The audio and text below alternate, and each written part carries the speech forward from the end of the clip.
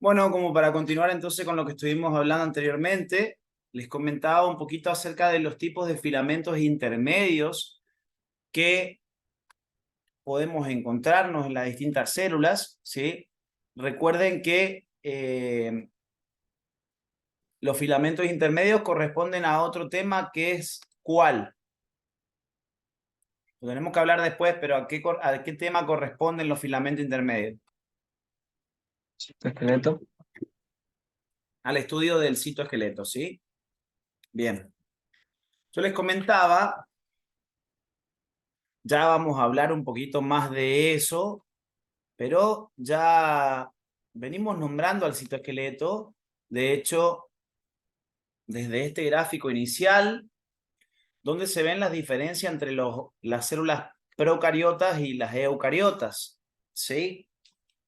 Acá pueden ver que las células procariotas, como general dijimos que no presentaban ni citoesqueleto ni sistema de endomembranas, pero las células eucariotas sí tienen citoesqueleto y sistema endomembrana. Y como nosotros estamos estudiando todo lo que tenga que ver con eucariota animal, nos va a tocar hablar de ese tema, ¿sí?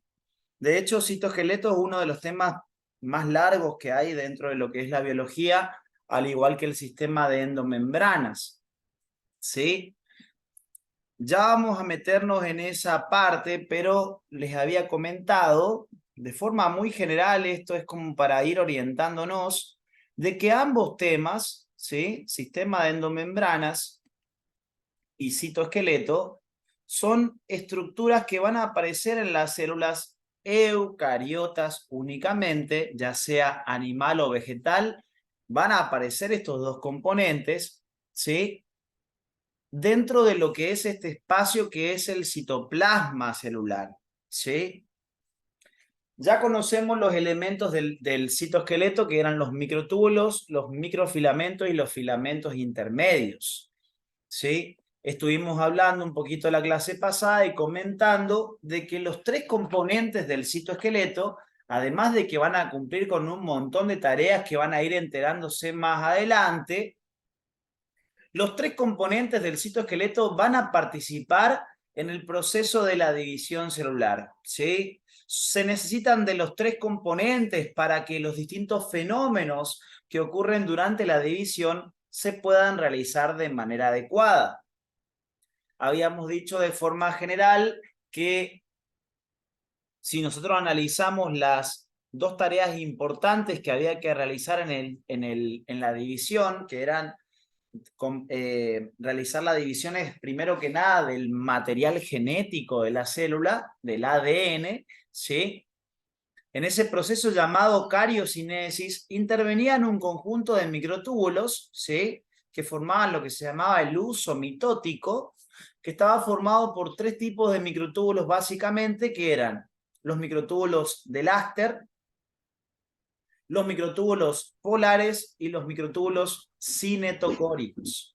Los verdaderos responsables de realizar esta tarea de la cariocinesis, a pesar de que todos forman el uso mitótico, los que verdaderamente van a ser encargados de la separación del material genético eran el tercer tipo de microtúbulos que nombré, que son los cinetocóricos, que eran justamente los que se iban a enganchar a los cromosomas para poder partirlos a la mitad y separar cada mitad de ese cromosoma doble con el que ingresamos a la división celular, partiéndolo a la mitad y separando sus dos mitades. Dijimos que las dos mitades de un mismo cromosoma doble se llamaban cromátides hermanas. Y ya vimos que durante la anafase de la división se produce esa repartición de material genético para las células que se van a originar de esa división a partir de la separación de esas cromátides hermanas que van a ser llevadas cada una hacia los extremos de la célula, conocido como polo celular, ¿sí? Lo hablo rápido porque esto ya lo venimos hablando en clases anteriores, o sea que yo creo que no deben tener ningún problema con esto que les estoy comentando. En conclusión, nuestro primer elemento del citoesqueleto, que son los microtúbulos, participan en esta repartición del material genético conocido como cariocinesis. El segundo elemento del citoesqueleto, que son los microfilamentos o filamentos de actina, también van a participar durante el proceso de división celular. ¿Pero de qué manera? Una vez que nosotros habíamos realizado la separación del material genético de las células, dijimos que había otra cosa que separar, había otra cosa que repartir. Y estamos hablando del citoplasma de esa célula que se esté dividiendo, ¿sí? En este caso, el proceso de división del citoplasma es conocido como citocinesis. Y les había comentado, cuando comentamos algunas cositas generales de cada una de las etapas de la división, que esa separación del citoplasma se iba a producir por un anillo proteico que en la zona del centro de esa célula, en la zona ecuatorial, por debajo de la membrana plasmática, iba a empezar a cerrarse, hasta que, similar a un cinturón, pero del lado de adentro de la célula, va a empezar a estrangular a la célula hasta completar esa separación total, ¿sí? En eso consiste justamente el proceso de la citocinesis, en la separación de este citoplasma, ¿sí? Si bien el anillo es interno a la célula, ubicado por dentro de la membrana plasmática, les había comentado, ¿sí? Si bien ese anillo está del lado de adentro, ustedes van a poder ver que del lado de afuera de la célula, el hecho de que la célula se empiece a estrangular, ¿sí?, va a generar que en esta zona, donde estaría estrangulando ese anillo proteico, que se llama anillo contráctil, ¿sí?, tengan en cuenta que el anillo está estrangulando desde adentro de la célula. Sin embargo, si nosotros vemos desde el lado de afuera de la célula, como consecuencia de ese cierre del anillo contráctil, del lado de afuera, donde marqué las flechitas, van a ver que aparece como una especie de zona más estrecha, como una especie de cintura, por decirlo así, en esa célula que se está dividiendo, y a ese surco que se lo ve desde afuera, se lo va a denominar surco de segmentación, ¿sí? Ojo con este concepto porque el anillo contráctil está del lado de adentro de la célula, del lado de adentro de la membrana de esa célula. Sin embargo, al irse cerrando cada vez más, eso va a causar que del lado de afuera de la célula se pueda observar una especie de estrechamiento donde está actuando el anillo, me está mostrando dónde trabaja ese anillo, y a ese surco que se lo ve desde el lado de afuera se lo va a llamar surco de segmentación. Ojo con esto, porque el surco de segmentación está del lado de afuera. Entonces uno pensaría que el anillo también está del lado de afuera. Sin embargo, no es así. El anillo está del lado de adentro de la célula, pero genera un surco del lado de afuera de la célula, que es este surco de segmentación. ¿Todos me siguen en lo que estoy diciendo? ¿Vamos bien? Sí. Bien. Sí.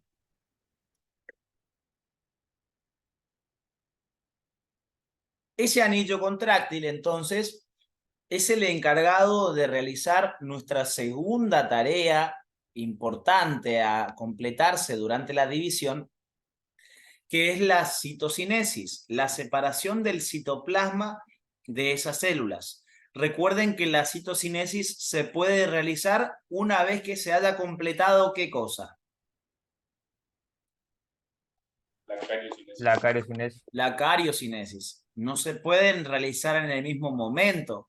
Tiene que realizarse primero la repartición, la separación del material genético, tiene que realizarse la cariocinesis para que recién el anillo contráctil pueda trabajar y realizar esta segunda división de material importante, que es la división del citoplasma. ¿Sí? Ese anillo proteico estaba formado por dos proteínas que eran la actina y la miosina 2. ¿Sí? Actina y miosina 2 son dos proteínas, ¿sí? En el caso de la actina es componente del citoesqueleto. Ya la van a conocer más adelante a la miosina 2, es una proteína que la van a conocer como proteína motora del citoesqueleto, ¿sí? Cuando ustedes estudien una proteína motora, no me voy a meter mucho por este momento, en este momento todavía en eso, pero cada vez que ustedes estudien una proteína que sea llamada motora, vamos a estar hablando de una proteína que realiza algún tipo de movimiento, ya sea de un tejido o de una célula, ¿sí? Algunas proteínas motoras se van a encargar de trasladar cosas desde un sector al otro dentro de la propia célula, y algunas proteínas motoras como la miosina 2, que esta que estamos nombrando acá, va a ser importante más adelante también. La miosina 2 en particular, no solamente es importante por esto que estamos diciendo, de que forma parte del anillo contráctil, sino que la miosina 2 también va a ser una proteína que ustedes la van a tener que estudiar muy bien, porque se suele preguntar, suelen haber 2 o 3 preguntas relacionadas con la miosina 2 en el examen algunos años, ¿sí? ¿Por qué? Porque es una proteína clave para que se puedan producir los procesos de contracción muscular, ¿sí? Dijimos que el músculo es el que se encarga, esto sí nos diferencia de las células vegetales, a los animales nos distingue de las células vegetales, en que tenemos musculatura, y esa musculatura nos permite desplazarnos desde un lugar a otro, cosa que una planta no puede hacer, ¿sí? Si llegan a ver alguna planta que anda corriendo por la calle, avísenme para yo no ir por ahí, ¿sí? Esto nos diferencia a los animales de las plantas, ¿sí? La capacidad de desplazamiento o movimiento. Esta proteína llamada miosina 2, entonces, corresponde a un grupo de proteínas del citoesqueleto llamadas proteínas motoras, y a partir de ahora, y creo que ya se los comenté, la palabra motor o motora, ¿a qué hace referencia? Hace referencia a movimiento, ¿sí? Y si ustedes se imaginan algo moviéndose, ¿ustedes les parecen que van a implicar un gasto de energía o no? Sí. Sí. Sí. Cada vez que ustedes escuchen hablar de que una proteína motora está trabajando, ¿sí? Siempre tienen que asociarlo con gasto energético. Es una de las tantas cosas que van a producir que una célula gaste energía.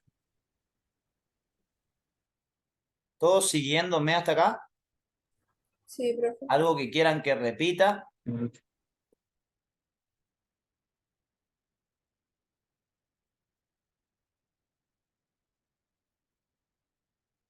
Nada, nada.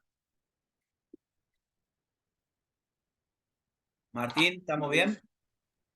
Sí, estamos bien, todo bien. Sí, sí. Bueno. Priscila, pasame un mate, por favor. Eso. Bueno, perfecto. Entonces seguimos.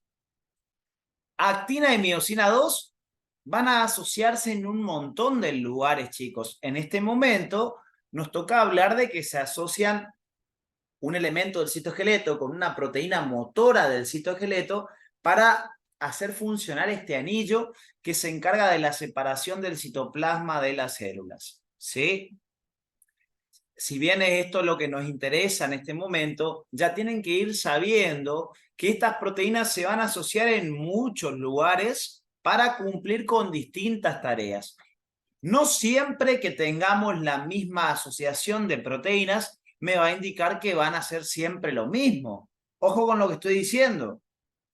Dependiendo del lugar de la célula donde se asocien, actina y miosina 2, dependiendo del lugar de la célula o dependiendo de la célula en la que se asocian, ¿sí? Pueden llegar a cumplir con la misma asociación proteica distintas tareas. Actina y miosina 2 no solamente forman el anillo contráctil durante la división de una célula de nuestro cuerpo, sino que también ellas dos se van a asociar y van a constituir los principales elementos de nuestros tejidos musculares. ¿Sí? Se van a asociar Cristian, ¿sí? Para formar la estructura del tejido muscular. Sí, ¿siempre van juntas esas dos proteínas, actina y miosina? no siempre. Pero cuando se asocien, ¿sí? Pueden no necesariamente cumplir la misma tarea. ¿Sí? Ok, listo. En el tejido muscular van a ser muy abundantes estas dos proteínas, actina y miosina 2. Eso es otro concepto que quiero que vayan metiendo en su cabeza. Ojo con lo que dije. Actina y miosina 2 también se asocian en el tejido muscular, les dije recién, ¿sí? Y de hecho son de las principales proteínas en el músculo, de las más abundantes. Conclusión, una proteína siempre va a encontrarse en las mismas cantidades en todas las células de nuestro cuerpo o puede ser más abundante en una que en otra. Puede ser más abundante en una que en otra. Eso. No crean que si yo hablo de la proteína, qué sé yo, proteína X, le llamo proteína X, no quiere decir que esta proteína X va a haber siempre la misma cantidad en todas las células de nuestro cuerpo, no. Depende de qué tanto vaya a ocupar esa proteína, esa célula de la que estemos hablando, ¿se entiende? Cada tejido puede tener los mismos componentes básicos, pero las proporciones pueden ser diferentes desde una célula a la otra. ¿Se entiende lo que quiero decir? Van a haber, qué sé yo, tejidos que sean más ricos en hidratos de carbono, van a haber tejidos que sean más abundantes en lípidos que en otros componentes, van a haber células que sean más abundantes en proteínas. Todo depende de lo que la célula o el tejido del que estemos hablando, ¿sí? La tarea que cumplan. Dependiendo de eso, las cantidades de cada material que esa célula posea. ¿Vamos hasta acá? Actina y miosina 2 se asocian en el tejido muscular para formar lo que se conocen como filamentos finos y filamentos gruesos. Ya los van a conocer más adelante, ¿sí? Cuando nosotros estudiemos el tejido muscular, más adelante, ahora solamente les voy a hacer una pequeña intro, ¿sí? Un músculo entero, por ejemplo, lo vemos acá, va a estar formado por unidades más chiquitas que se llaman haces o fascículos, ¿sí? Un músculo está formado por un conjunto de haces o fascículos, pero si yo saco un haz o fascículo de ese músculo, puedo ver que dentro de ese haz o fascículo hay unidades más chiquitas aún, y a eso se le llaman células o fibras musculares. O sea que un músculo está formado por un conjunto de fascículos, un fascículo está formado por un conjunto de células o fibras musculares, ¿sí? A su vez, si saco una sola célula muscular, miren esto, acá se ve, presten atención por favor a esto, algo muy importante, ¿sí? Acá se ve el músculo entero, ¿no? El músculo va a estar formado por unidades más chiquitas. Ahí saqué una de esas unidades más chicas que es el haz o fascículo, que es lo que rodea acá todo este círculo verde que ven acá. O sea que el músculo está formado por un conjunto de haces o fascículos. A su vez, ven acá que el haz o fascículo está formado por unidades más chicas. Saco una de esas unidades más chicas, ¿y de quién estoy hablando? De la célula o fibra muscular. A su vez, acá tengo una imagen de una célula o fibra muscular, fíjense, No voy a hablar nada de la célula o fibra muscular, solamente quiero que vayan teniendo en cuenta el orden desde más grande a más chiquito. Músculo, fascículo, células o fibras musculares. Y si ustedes ven acá, yo me acerco a esta parte de la imagen. Si ustedes ven acá, esto sería una célula o fibra muscular, ¿sí? Esa es una célula o fibra muscular y presten atención, por favor, que adentro de la célula o fibra muscular, ¿qué se ven? Sus unidades más chiquitas, ¿sí?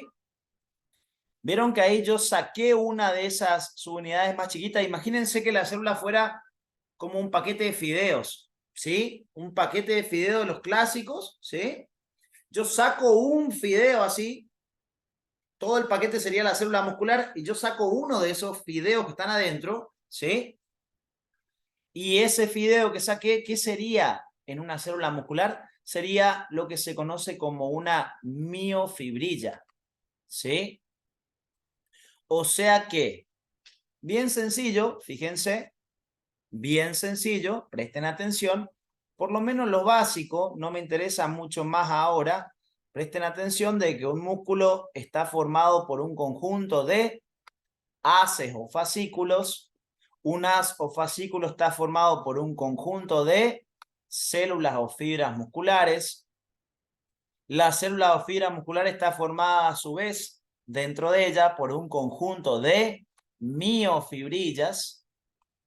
El prefijo mio no indica algo propio como lo usamos al decir esto es mío, ¿sí? El prefijo mio indica músculo.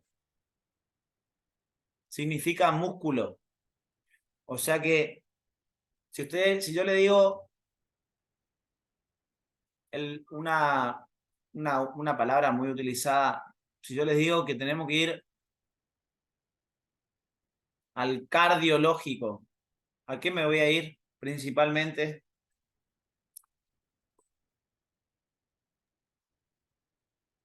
Al Es el cardiólogo. chequeo del corazón, A hacer un chequeo del corazón. Bien, entonces, ¿qué significa cardio? corazón, Corazón. Y si yo digo miocardio, músculo del corazón. es el músculo del corazón. ¿Se entiende? Entonces, es para que analicen nomás, ¿eh? Es para que analicen, pero el prefijo mío, indica músculo. Miofibrilla. Son todas estas fibritas que ven adentro de la célula.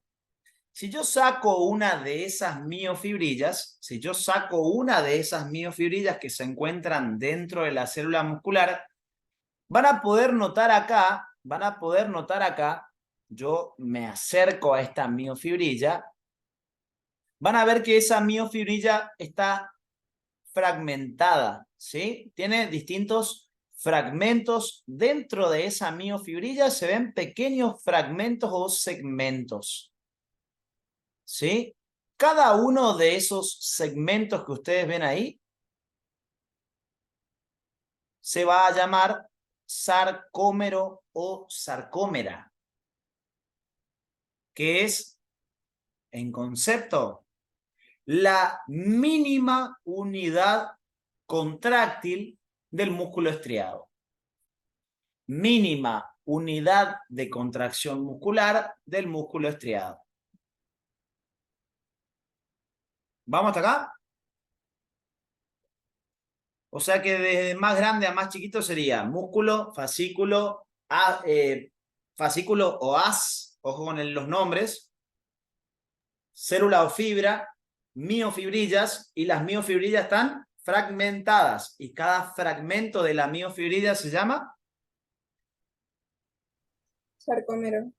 sarcómero o sarcómera. Unidad mínima de contracción muscular del músculo estriado.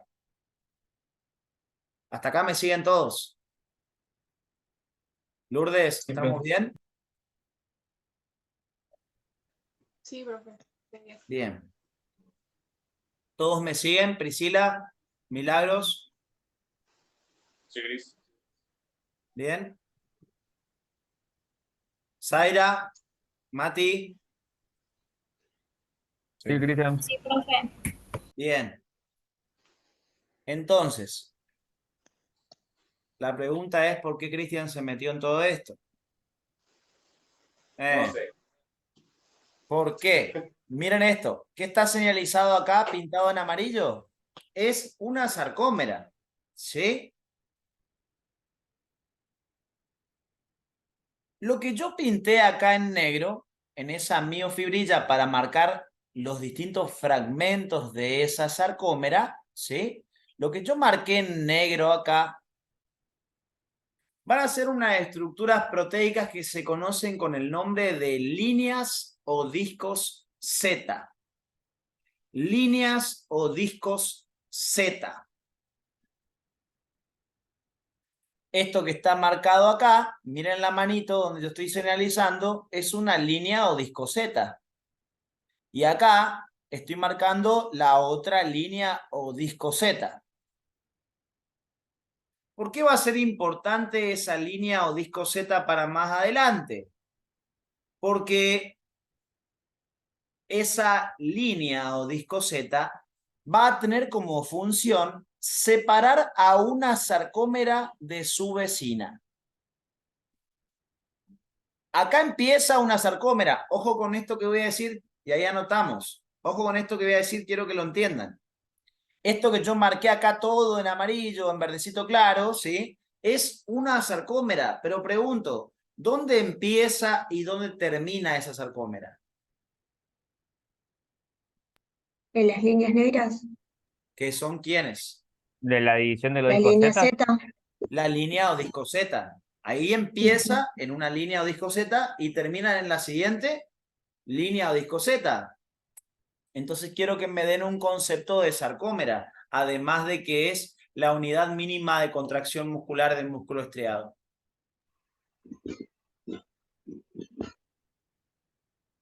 Es el espacio comprendido entre dos discos o líneas Z.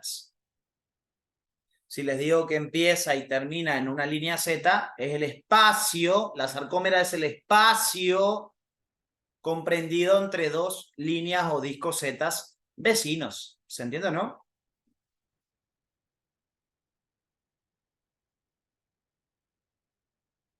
¿Todos me siguen en lo que quiero decir? ¿Sí, Cris? sí, Cristian, sí, sí, sí. Bien. Esto va a ser para más adelante. Ahora es meterme a básicamente colocarlo en la punta de un precipicio y empujarlos así, si les quiero explicar esto. Pero solamente les comento lo siguiente. Presten atención, ¿eh? ¿Por qué llegué hasta este punto? ¿Y con qué fin, digamos, con qué fin lo hice? Si yo me acerco a este sarcómero y lo observo más de cerca, si yo me acerco a ese sarcómero y lo observo más de cerca, me voy a encontrar con que está formado por dos tipos de filamentos proteicos principales. Vamos a identificar las cosas que ya sabemos en este dibujo. Presten atención, ¿eh? Presten atención. ¿Qué es? ¿Qué les dice que es esto? Un sarcómero. Lo que pinté. Los La línea discos Z. Ah, La disco línea o disco disco Z. Z. ¿Qué estoy pintando acá? Otro disco Z.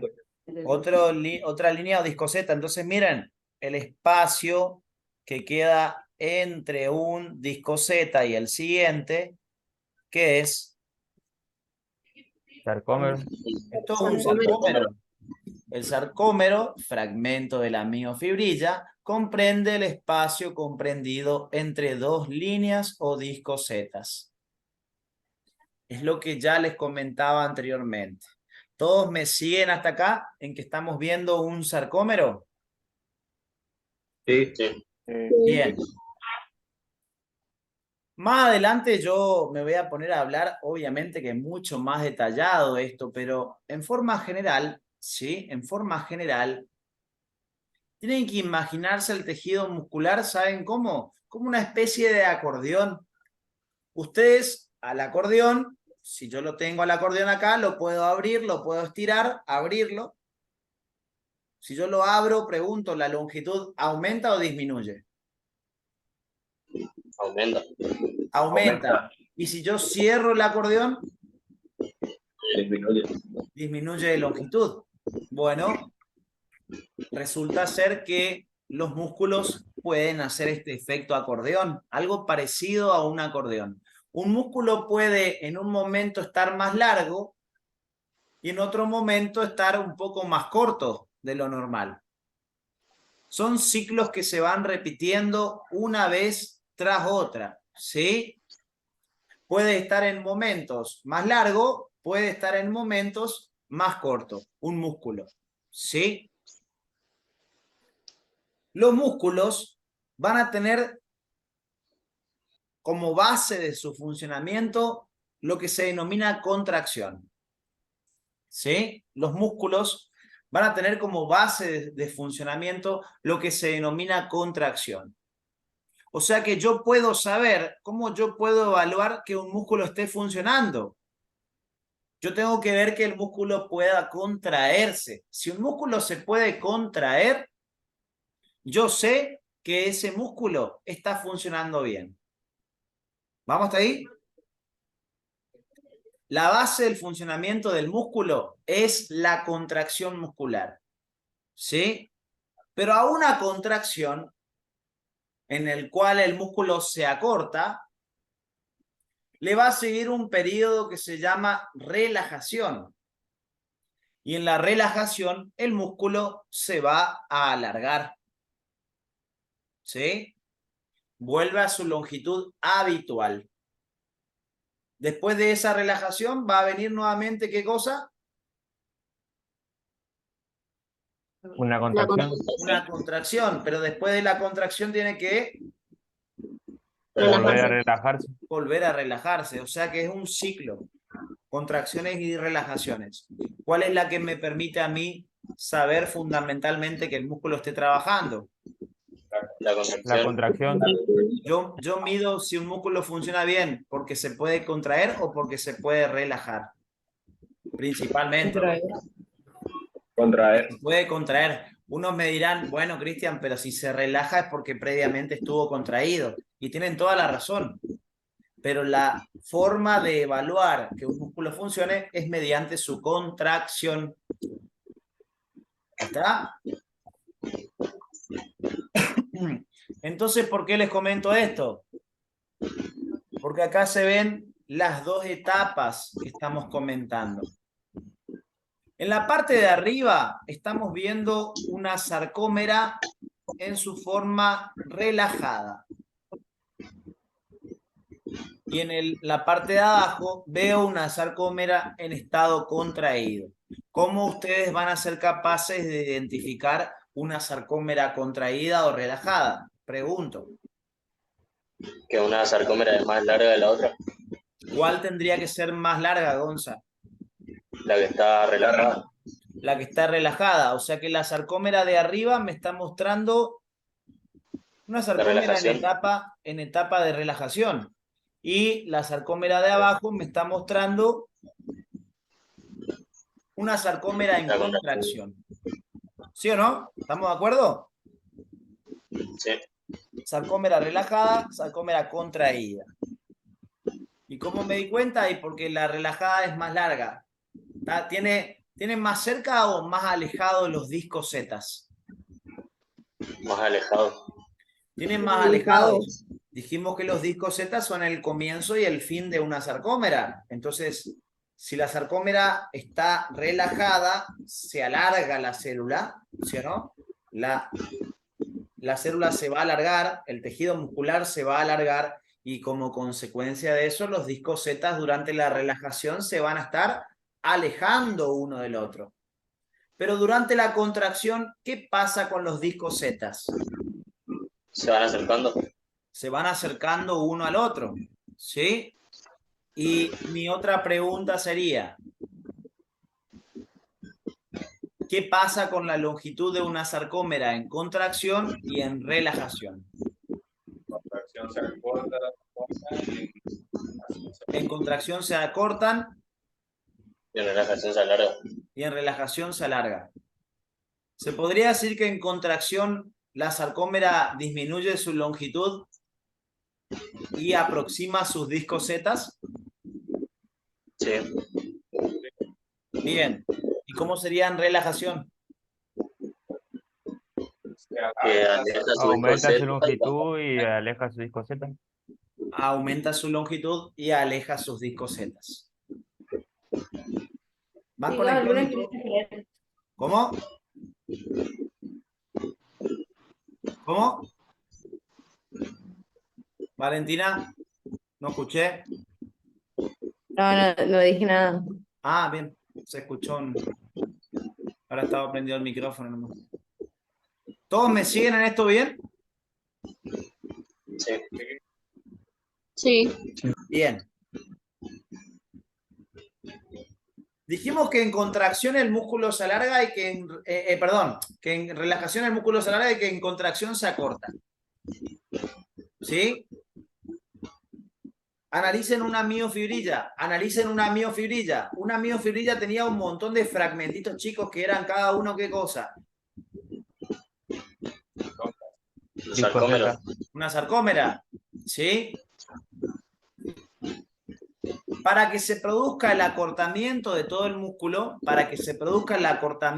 todo el músculo, ¿les parece que tendría sentido que una sola sarcómera se acorte o tendrían que acortarse todas las sarcómeras en simultáneo? Todas. Se tienen que acortar todas las sarcómeras en simultáneo durante la contracción. Eso es importante, ¿sí? En contracción, el músculo disminuye su longitud como consecuencia de un acortamiento de todas sus sarcómeras en simultáneo. ¿Qué dije?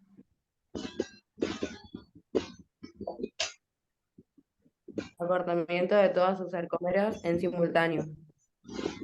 El músculo en contracción se acorta como consecuencia de un acortamiento de todas sus sarcómeras en simultáneo. Perfecto. ¿Tiene sentido?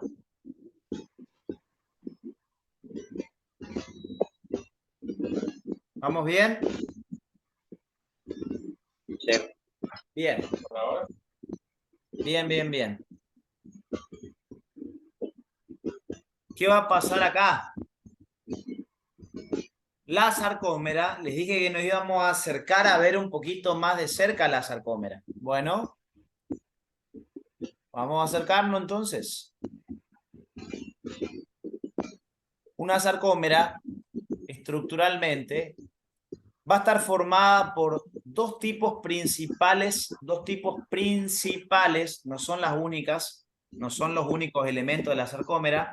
Acá está simplificado el dibujo, pero en una sarcómera, ¿sí? Acá tenemos los discosetas, el extremo, un extremo y el otro de una sarcómera son discosetas, ¿sí?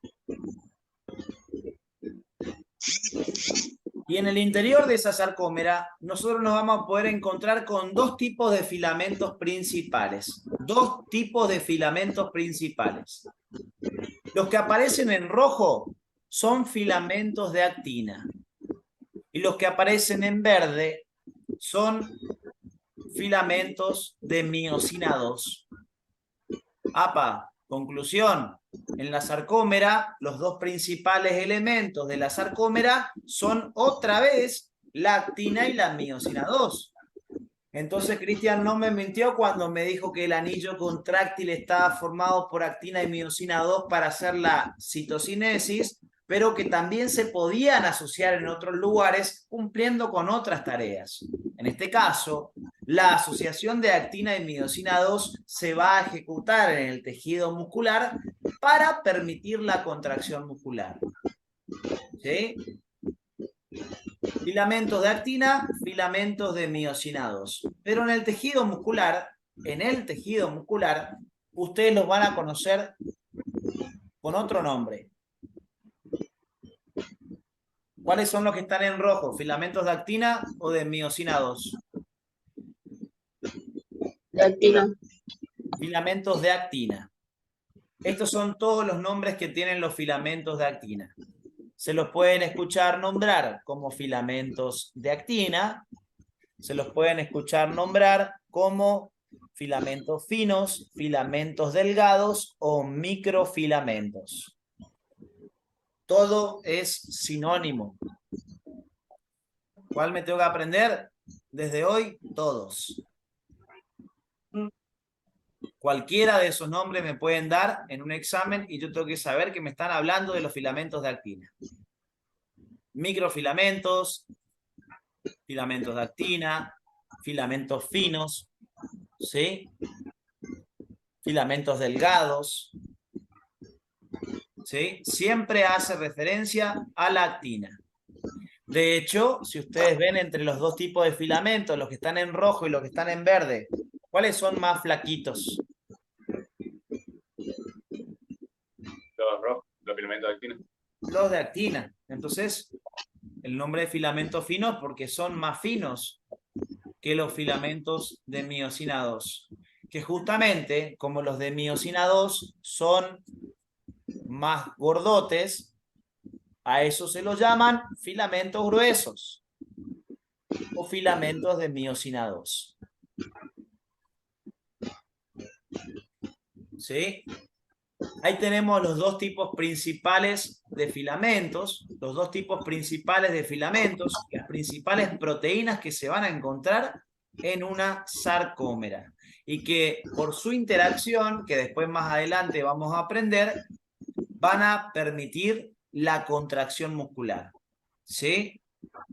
¿Cuál de las dos les dije que era una proteína motora? La miosina. La miosina. La miosina era una proteína motora. La actina no es una proteína motora. La miosina 2 sí lo es. ¿Y qué significaba la palabra motora? Movimiento. Movimiento. Y si es motora y determina movimientos, ¿gasta energía?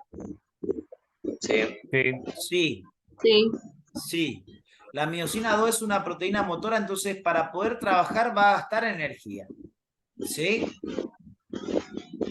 Y si decimos que la miosina 2 es motora, pero la actina no es una proteína motora, si yo les preguntara, ¿no? Si yo les preguntara en el examen, de estas dos proteínas, ¿cuál les parece que va a ser la verdadera responsable de la contracción muscular? La miosina 2. La miosina 2. Ahí está. La verdadera responsable de la contracción muscular. A pesar de que las dos interactúan, necesitamos de las dos para que se produzca la contracción muscular, pero la verdadera responsable del proceso de contracción es la miosina 2. ¿Todos siguiéndome hasta acá? Sí. Bien. Sí, profe. ¿Nadie perdido hasta el momento? Bien. Ya saben que es hablen ahora o callen para siempre, ¿eh? Después me pueden preguntar, obviamente, pero pregunten en clase que es lo mejor, ¿sí? Si preguntan en clase es lo mejor. Ya porque va avanzando y siempre se va conectando con algo. Entonces, si no entienden algo, puede llevar a arrastrar el error o la falta de entendimiento y después se le va a complicar otras cosas también. Bien. Filamentos finos y filamentos gruesos. Ahí estamos viendo que actina y miosina 2 también van a interactuar y trabajar en conjunto, en este caso para producir la contracción muscular. Bien. Esta es la sarcómera, ya saben el concepto de la sarcómera, así que ojo con eso, ¿sí? Ya que nombré tejido muscular acá, ya van teniendo en cuenta estas cositas para cuando llegue el momento de hablar del tejido muscular. Un kinesiólogo que no conoce tejido muscular no puede ingresar, ¿sí? Alguien que está estudiando kinesiología y no sepa la estructura del músculo no puede ingresar, porque toda su vida van a trabajar sobre los músculos, ¿sí? Así que cada vez que yo nombre al músculo, ustedes levantan sus antenas y tratan de captar todo lo mejor posible el tema. ¿Sí? Bien. Bien, bien, bien. Ahí conocimos lo básico de la sarcómera, un concepto general. Ya sabemos que está ubicada entre dos discosetas, ¿sí? Ya sabemos que el músculo pasa por una etapa de contracción, una de relajación, que es un tejido que solamente los tenemos los animales, no las vegetales, ¿sí? Y que es un buen ejemplo, la sarcómera, de donde la actina y la miosina 2 van a trabajar en colaboración, ¿sí? Aparte de en el anillo contráctil, ¿sí? Volvemos a nuestro tema original, que era lo que tenía que ver con la división. Ahí ya nos desviamos un rato, ya hicimos la de siempre de conectar con otras cosas. Más adelante vamos a volver a hablar un poco más acerca de todo eso. El anillo contráctil estrangula desde adentro a la célula en la zona ecuatorial para tratar de separar su citoplasma y completar la división celular, ¿sí? Cuando ese anillo contráctil, formado por estas dos proteínas, actina y miosina 2, complete su cierre, eso va a causar que lo que era una célula se termine partiendo en dos células individuales, ¿sí? Que es lo que va a pasar al final de la división celular. Entonces, de esta manera, habíamos comentado que nuestro segundo elemento del citoesqueleto está participando en el proceso de división. Los microtúbulos se encargan de la cariocinesis, los filamentos de actina, en colaboración con la miosina 2, se van a encargar de la citocinesis. Y acá venía la pregunta, que fue la pregunta que nos quedamos en la clase pasada. ¿De qué manera participaban los filamentos intermedios en este proceso de división? Como para entender lo que decíamos, ¿sí?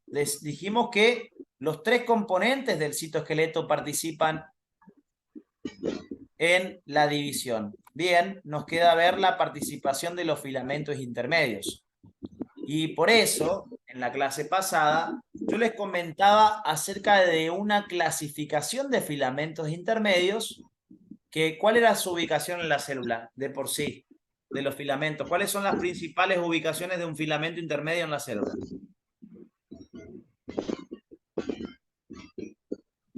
Dentro de la envoltura nuclear. Dentro y fuera de la envoltura nuclear son de los principales lugares del filamento intermedio. Perfecto. ¿Sí? Entonces yo la clase pasada, esto me queda todavía por comentar, no dije nada acerca de esto, ¿sí? Por el momento es un gran signo de pregunta, es otro elemento que está en el citoplasma generalmente de las células, ¿sí? Pero que lo vamos a hablar un poquito después, ¿sí? Por el momento, completemos de qué manera los filamentos intermedios intervienen en el proceso de división. La clase pasada yo les comentaba acerca de los tipos de filamentos intermedios, hablamos a algunos de ellos en particular, pero en lo que respecta a la división, el filamento intermedio fundamental para este proceso de la división celular van a ser los filamentos del tipo 5, que son conocidos como láminas nucleares. Láminas o láminas nucleares, ¿sí? Si ustedes prestan atención acá a lo que les dice de las láminas, les dice que participan tanto en el armado como desarmado de la envoltura nuclear en los procesos de división, ¿sí? Después vamos a hablar de eso, de lo que le dice entre paréntesis de se desarman ante la fosforilación. No entienden todavía en qué consisten esos procesos, los vamos a nombrar dentro de un rato, ¿sí? Pero quiero que vean la participación de las láminas durante el proceso de la división celular. Mi pregunta hacia ustedes es la siguiente, de acuerdo a lo que dice acá. ¿Por qué era importante desarmar una envoltura nuclear y después volverla a armar? ¿En qué etapa se desarmaba la envoltura nuclear y en qué etapa se rearmaba? Se desarmaba en la prometafase y se volvía a armar en la telofase. Bien. se desarmaba en prometafase y se volvía a armar en telofase. Les pueden llegar a decir que la envoltura en algunos libros les nombra como que ya se empiezan a armar en anafase, se vuelven a aparecer una vez que se completó la separación del material genético. Algunos autores dicen que ya empieza la aparición de la envoltura en anafase. A ustedes lo que le dan generalmente en la facultad es que se empiezan a armar en la telofase. ¿Sí? Como que se arman en telofase. Eso les comento porque algunas veces de un año a otro, un año le dicen una cosa, un año le dicen otra, ¿sí? Y siempre hay que aprender lo que les digan en ese momento en particular. ¿Estamos ahí, no? Bien. Sí. Bien, bien, bien. Entonces, Cristian, disculpa, sí. ¿puede ser que haya un micrófono prendido que está haciendo mucho ruido? ¿O soy yo? Mira, ahí ya solo apagó. Sí, porque se escucha siempre. Solito apagó. Gracias. Gonza era. Gonza, sí, mira, al Dana le quemó. Lo prendió fuego por la duda. Qué No, botones que son. No, sí, eso por ahí, yo la verdad que escuché, sí, pero no le di mucha importancia, pero sí, por ahí sí, si pueden mantener apagado su micrófono mientras que yo les explico, mejor, cosa de evitar cualquier ruidito, ¿sí? Y tengan de última el clic, la flechita para aprender si quieren comentar algo o si yo pregunto algo y lo que quieren contestar y le vuelven a apagar, ¿sí? Más que nada para que se eviten los ruidos del ambiente. Bien, ¿hasta acá alguna pregunta? No, Chris. Entonces mi pregunta fue, primero les dije en qué etapa desaparece la envoltura y en cuál vuelve a aparecer. Que esto lo habíamos visto en este dibujo. Desaparece la envoltura nuclear en la prometafase y vuelve a reaparecer en la telofase. Perfecto. Pero ¿por qué es importante que esto ocurra durante la división? No puedo dejar durante toda la división armado el núcleo y listo. ¿Para qué voy a desarmarse y después voy a volver a armar? Dirían ustedes. Tiene toda su explicación. ¿Cuál es la explicación de acuerdo a lo que ustedes interpretan? Para que se separe la cromátida hermana. Bien, tu respuesta está bien. Bien. No se podría separar el material genético si no se desarmara el núcleo. Los microtúbulos, que son los que se encargan de partir el cromosoma doble a la mitad, los microtúbulos están en el citoplasma. No pueden meterse al núcleo, atravesar la envoltura y enganchar al cromosoma y sacarlo. No. Tiene que desarmar la envoltura primero para que los cromosomas se suelten al citoplasma y ahí los microtúbulos recién se le pueden unir. ¿Sí o no? Y la reaparición es para volver a encerrar el material genético una vez que se repartió. ¿Vamos hasta acá? Claro, porque era que los cinetocóricos los agarraban a una hermana y la llevaban cada una a cada polo y ahí era después que se volvían a envolver, digamos. Claro, una vez que se completó la repartición y el traslado de cada hermana hacia los polos, ahí se las vuelve a encerrar, porque si no las hermanas se van a querer juntar de nuevo, ¿sentido, no? Eso es como para que ustedes se acuerden, nomás, no es que sea así. Pero se la vuelve a encerrar porque ese material genético va a ir una que se encerró en una envoltura va a ir a una célula y el otro va a ir a la otra célula. ¿Sí? Para asegurarse de que no haya entremezclado nuevamente. ¿Vamos hasta acá con esto? Vamos a, Sí. ahora que entendimos la participación de estos filamentos intermedios, sabemos que los filamentos intermedios se encuentran por fuera y por dentro de la envoltura nuclear. Vamos a ver de qué manera ocurre todos estos fenómenos que pasan durante la división, ¿sí? Para tratar de comprender de una mejor manera cómo ocurre todo esto. Acá yo hasta el momento les dije, en profase pasa esto, en prometafase pasa lo otro, en metafase se alinean en el ecuador, ¿sí? Si se alinean en el ecuador, yo les podría decir en un examen, por ejemplo, en qué etapa de la división celular los cromosomas se encuentran a igual distancia de ambos polos. ¿Está bien o no? ¿A qué se llama ecuador? La línea del medio. Eso en el chamamé. Eso, Priscila. Eso, eso en chamamé está perfecta la explicación, ¿eh? A mí me encanta, porque ustedes tienen que tratar de buscarle siempre la forma sencilla, porque van a tener que hablar de forma sencilla con sus futuros pacientes, pero también saber en la forma cheta, digamos, así todo entre profesionales, que va a ser, un ecuador es básicamente en concepto una línea equidistante a dos polos. O sea, una zona que está a igual distancia de dos polos. ¿Sí o no? Entonces, si yo les digo que se encuentra en el medio de la célula, tienen que interpretar de que estamos en el ecuador. ¿Sí o no? Bien. Yo les fui comentando qué pasa en cada una de las etapas de división. ¿Sí? Yo les fui comentando qué pasa en cada una de las etapas de división. Pero ahora queda entender cómo ocurren los distintos fenómenos, ¿sí? Algunas cositas que todavía no entendimos hasta el momento.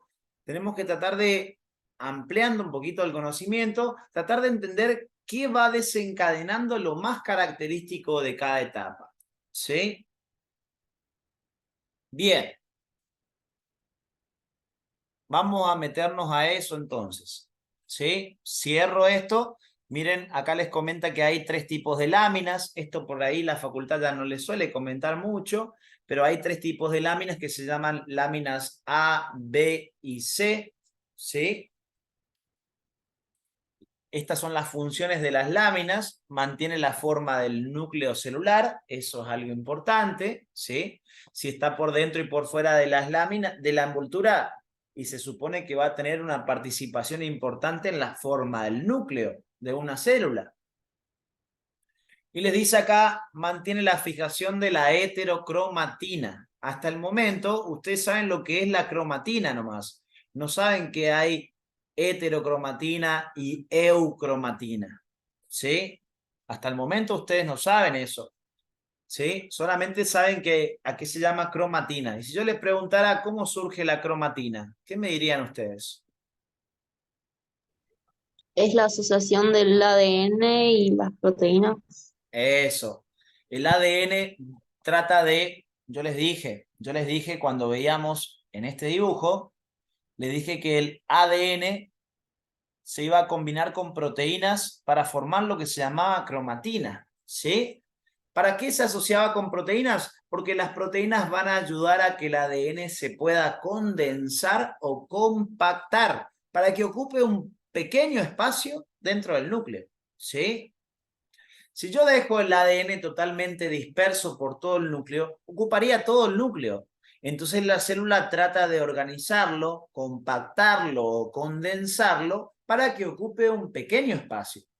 ¿Sí? Ciro, deja de rayarme.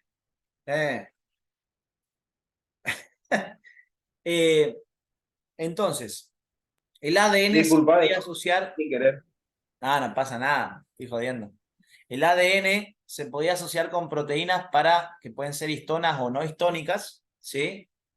Para formar lo que se llama la cromatina. Y esa cromatina iba a pasar por distintos niveles de compactación hasta alcanzar su forma más compacta, que era ¿quién? Los cromosomas. Los cromosomas, ¿sí? Los cromosomas. Marco acá este dibujo esto, porque todavía nos queda por hablar, ¿sí? Y esto. Para que quede de machete nomás, de que todavía no le hablé. Porque por ahí hasta yo mismo me pierdo dentro de lo que estoy explicando, porque son tantos grupos que por ahí me mareo. Bien. Entonces, después van a ver, ahora solamente les hago solamente un flash, les comento acá, para que vean de que existen 2 tipos de cromatina principales. En realidad son 3, pero por ahora les voy a decir 2, ¿sí? Porque hay una de ellas que se va a subdividir en 2 tipos a su vez. Por ahora me interesa que conozcan la eucromatina y la heterocromatina, ¿sí? Y ahí les aclara que la eucromatina es una cromatina menos compacta y una heterocromatina por lo general va a estar más compacta, ¿sí?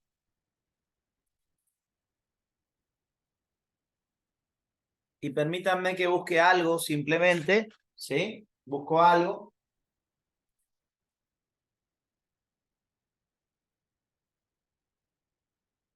Para que puedan entender mejor cómo va a funcionar esta cromatina. Bien. No es tema de este momento, pero esto es para que vean que haya distintos tipos de cromatina es importante tener en cuenta. Si nosotros tenemos que dar, ya dijimos de hecho, un concepto acerca del ADN, del material genético que tiene una célula, el ADN es el principal tesoro de toda célula, ¿sí? Y ese ADN se va a organizar en unidades mínimas de información, ¿sí? Que van a ser llamadas genes, ¿sí?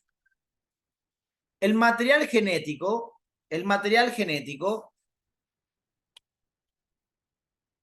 va a poseer toda la información necesaria para poder fabricar los distintos componentes de una célula, ¿sí? En el material genético, en el ADN, se va a encontrar toda la información que una célula necesita para que se puedan fabricar sus componentes, ¿sí?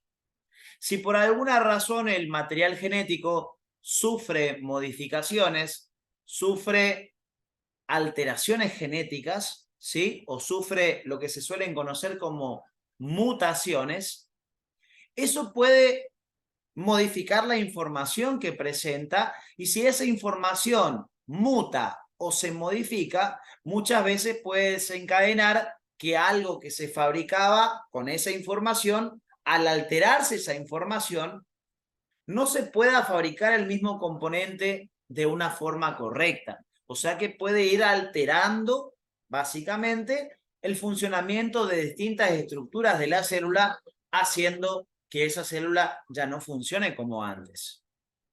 Si la mutación, por ejemplo, cae en un determinado sector que está implicado en los procesos de división celular, la división celular se caracteriza por ser generalmente un proceso que tiene que ser controlado, ¿sí? Las células no pueden simplemente decidir cuando ellas se quieren dividir y multiplicarse cuando a ellas se les cante.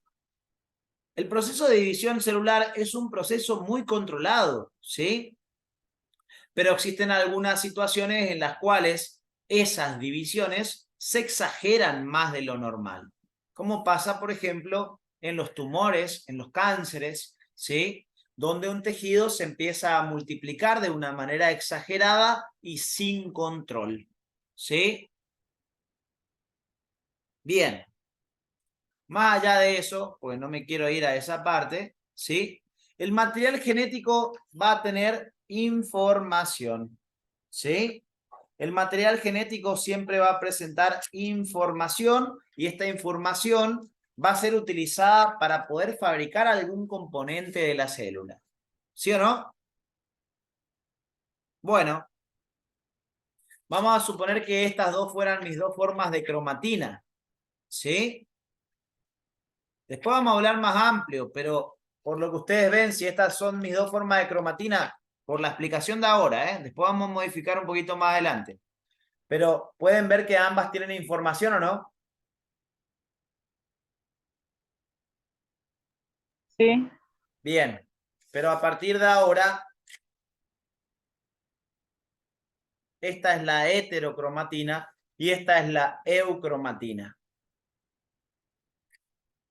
¿Cuál es más compacta? La heterocromatina. La heterocromatina. La heterocromatina es más compacta. ¿Y la eucromatina? Es la menos compacta. Es la menos compacta. Primer dato importante. Pregunto, ¿no? Si yo abriera este papel, Si yo desplegara este papel, ¿tiene información? Sí. Sí. Pero como la heterocromatina normalmente está muy plegada, ¿ustedes pueden leer la información ahí? No. Entonces, agreguen eso. La heterocromatina es la forma más compacta, ¿sí o no? Es la más compacta. Y cuando tiene información, ¿sí? Cuando tiene información, pregunto, ¿se va a poder leer? Puede que tenga información acá adentro. Puede ser que sí, pero no se puede leer porque está muy compacta. ¿Sí? En la célula van a trabajar un montón de enzimas sobre este material genético, pero la enzima tiene que leer el material genético para poder trabajar sobre él. La enzima, si yo fuera la enzima, ¿voy a poder trabajar sobre esta heterocromatina? No. No, ¿Por qué no? porque no se puede leer el material genético. Porque no lo puedo leer al material genético. ¿Qué tendría que hacer la célula si quisiera que la enzima pudiera trabajar sobre esta heterocromatina? Tendría que hacerla menos compacta. Tendría que desplegar la cromatina para que ahí la enzima lea la información y ahí pueda trabajar sobre ella. Pero en condición normal, la heterocromatina es la más La más compacta. Más compacta. compacta. ¿Puede que tenga información? Sí. Sí. ¿Pero se puede leer? No. No. Hay un proceso muy importante que lo van a conocer, que es un proceso que se llama transcripción después, ¿sí? En general se dice que la heterocromatina, que es la forma más compacta, que puede tener información, pero que no puede ser leída en ese momento, solamente podría leerla si despliego la cromatina, ¿sí? Se dice que la heterocromatina es transcripcionalmente inactiva. Transcripcionalmente inactiva. O sea, las enzimas no pueden leerla, entonces está como inactiva. Ese material genético está inactivo hasta que yo lo despliegue. ¿Se entiende, no? Para poder leer la información de un libro, ¿qué tienen que hacer ustedes con el libro? Abrirlo. Abrirlo. Bueno, lo mismo va a pasar acá. Si yo quiero leer la información que hay acá, tengo que desplegar la cromatina. Y ahí recién va a ser transcripcionalmente activa. Pero mientras tanto esté compacta, es transcripcionalmente inactiva. ¿Vamos hasta acá? Características de la heterocromatina. Quiero que me digan las características de la eucromatina. Como haciendo un cuadrito comparativo. Es la menos compacta. Es menos compacta. Es la menos compacta. Bien, ¿qué más? Se puede leer esa información. Tiene información genética y puede ser leída. O sea que es Activa. transcripcionalmente Activa. activa.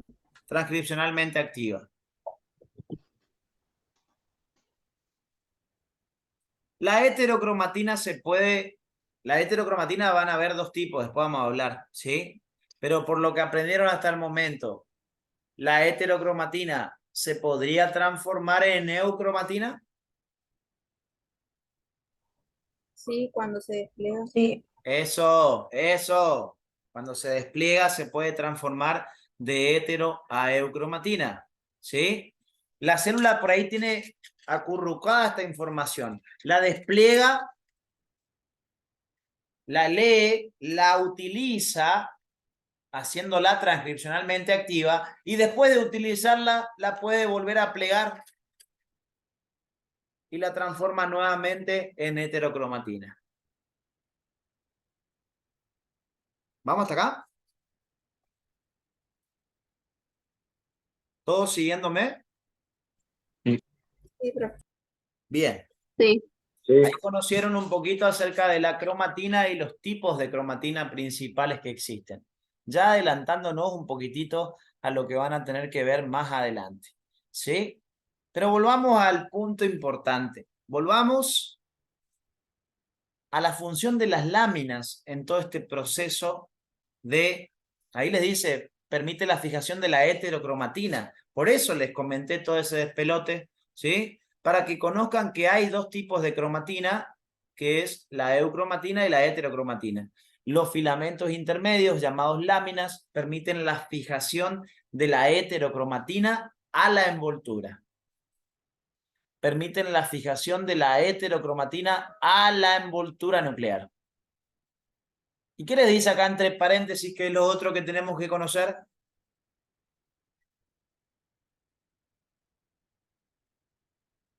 ¿Qué les dice ahí de los filamentos intermedios, de estas láminas? Que se desarman por fosforilación. Que se desarman por fosforilación. Tengan eso en su cabeza, ¿sí? Retengan esa información un ratito. Atentos a esto. Los tres elementos del citoesqueleto, que los vamos a conocer con mayor detenimiento más adelante, se van a caracterizar porque algunos de ellos son más parecidos entre sí y hay siempre uno que es totalmente lo opuesto, ¿sí?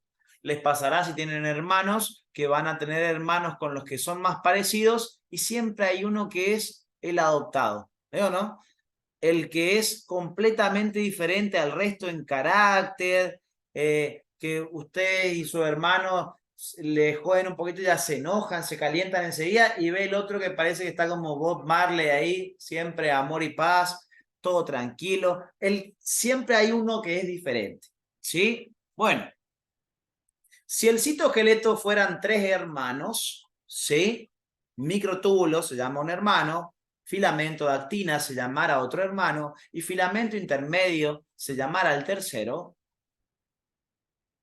Los más loquitos son los microtúbulos y los filamentos de actina y los filamentos intermedios son los más tranquilos.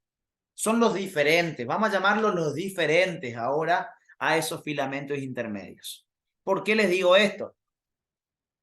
Cuando ustedes vean las características de los tres elementos del citoesqueleto, ¿sí?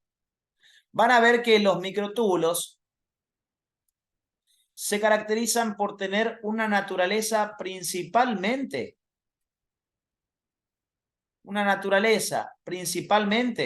inestable. Vamos a los filamentos de actina. ¿Qué les dice acerca de los filamentos de actina? ¿Estables o inestables? Inestables. Inestable. Inestables. Ya este cuadrito, ya que se lo estoy mostrando, también es tarea que se lo vayan aprendiendo. Por más que todavía no lo entiendan, llegado el momento, yo les voy a explicar todo esto, a qué hace referencia, y si ustedes ya lo tienen memorizado, es mucho más sencillo.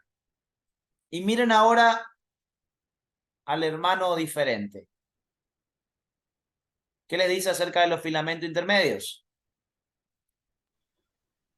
Que son estables. Que son estables. Bien. En terminología un poquito más técnica, ¿a qué se hace referencia en este punto? Si vamos a suponer que estamos Priscila y yo, ¿sí? Y yo les digo, yo soy inestable, pero Priscila es estable emocionalmente. ¿Sí? ¿Cuál esperarían que se enoje más rápido por una mínima joda o demás? Vos. Vos. Yo. ¿Sí? Yo sería el inestable emocionalmente, como le llamamos generalmente, como para que asocien con algo cotidiano, ¿sí? Priscila es estable, le tironea la oreja, le mete el dedo en la oreja y ella está así tranquila, ni se tinga, ¿sí? Paz y amor, ¿sí?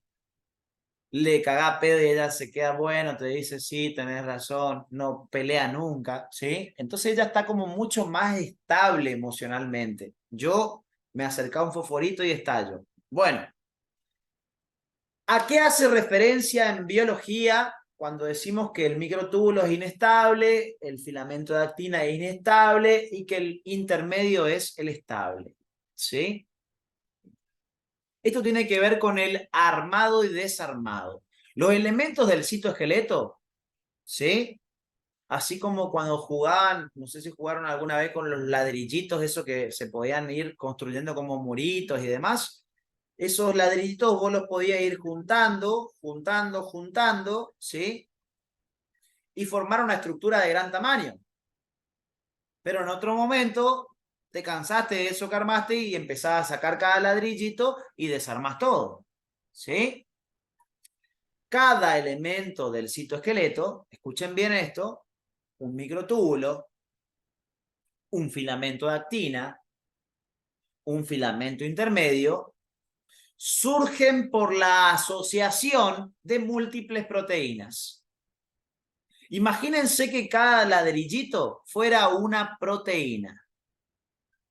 ¿Sí? Un ladrillo, vamos a decir que es un monómero proteico.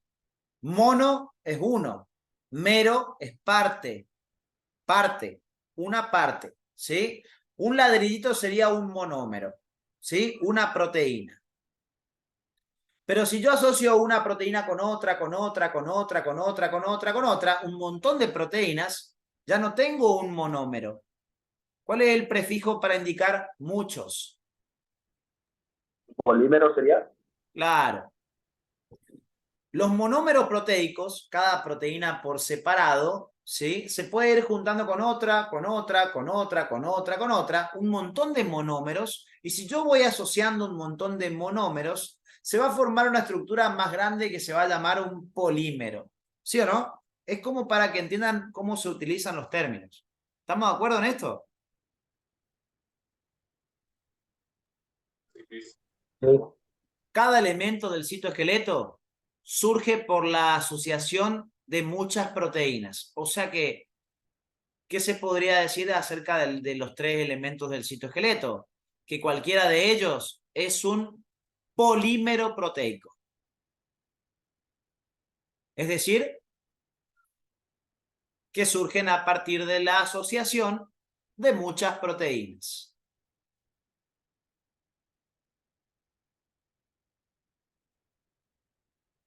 ¿Sí? Cada elemento del citoesqueleto es un polímero proteico, es decir, que surge de la asociación de múltiples proteínas. Es como decirte que un muro está formado por muchos ladrillos. Cada ladrillo sería una proteína, el muro sería el elemento del citoesqueleto, llamado microtúbulo, llamado filamento de actina o llamado filamento intermedio. ¿Sí? Pero escuchen esto. Algunas veces el elemento del citoesqueleto que estemos hablando va a pasar esto, miren. Mírenme. Se va a poder estar armando en un momento. Se arma. Y en otro momento dice, bueno, ahora me quiero desarmar. Entonces se empieza a desarmar, se desarma y desaparece completamente. La ¿Sí? cataplexina puede ser. Esos son proteínas que pueden ayudar a todo ese proceso.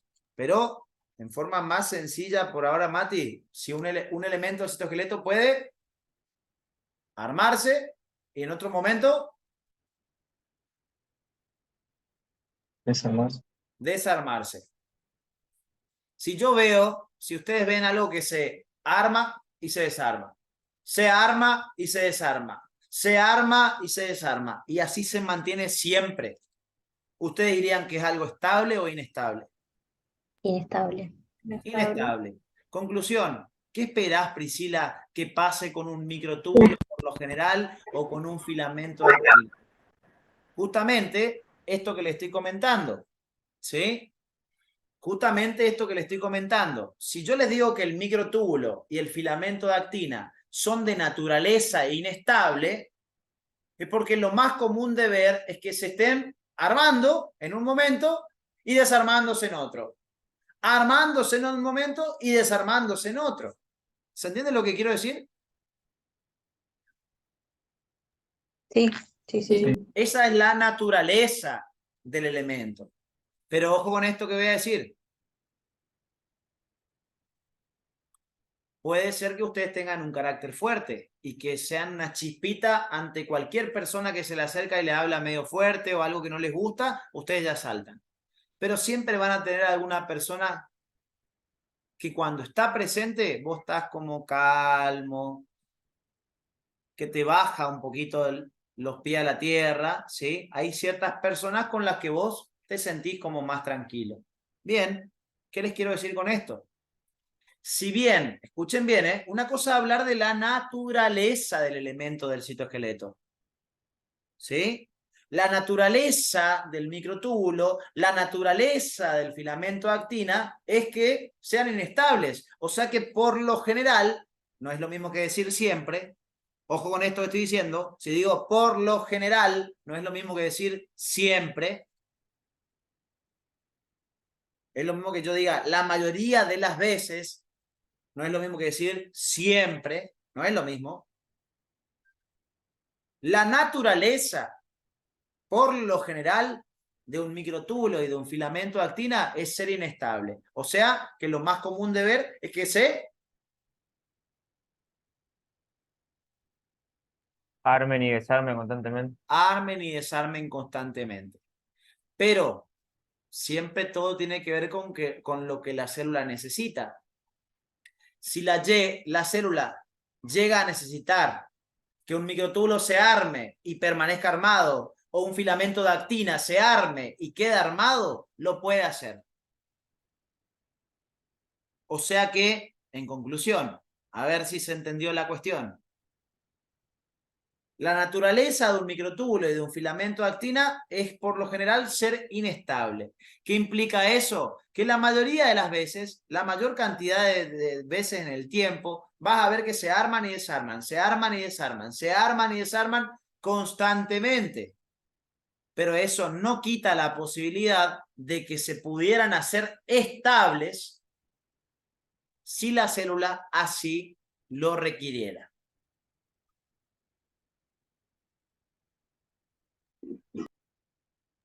Verdadero. ¿Eh? Verdadero. Verdadero, eso. Son de naturaleza o normalmente inestables, pero si la célula lo requiere, puede hacer que se estabilicen. ¿Sí? ¿Cuál sería la forma de estabilizar un elemento inestable? Asociarlo con determinadas proteínas que le den esa estabilidad. Ahí le agregué un dato, ¿eh? Si yo quiero estabilizar un elemento de naturaleza inestable, le voy a tener que asociar algunas proteínas que le ayuden a lograr esa estabilidad.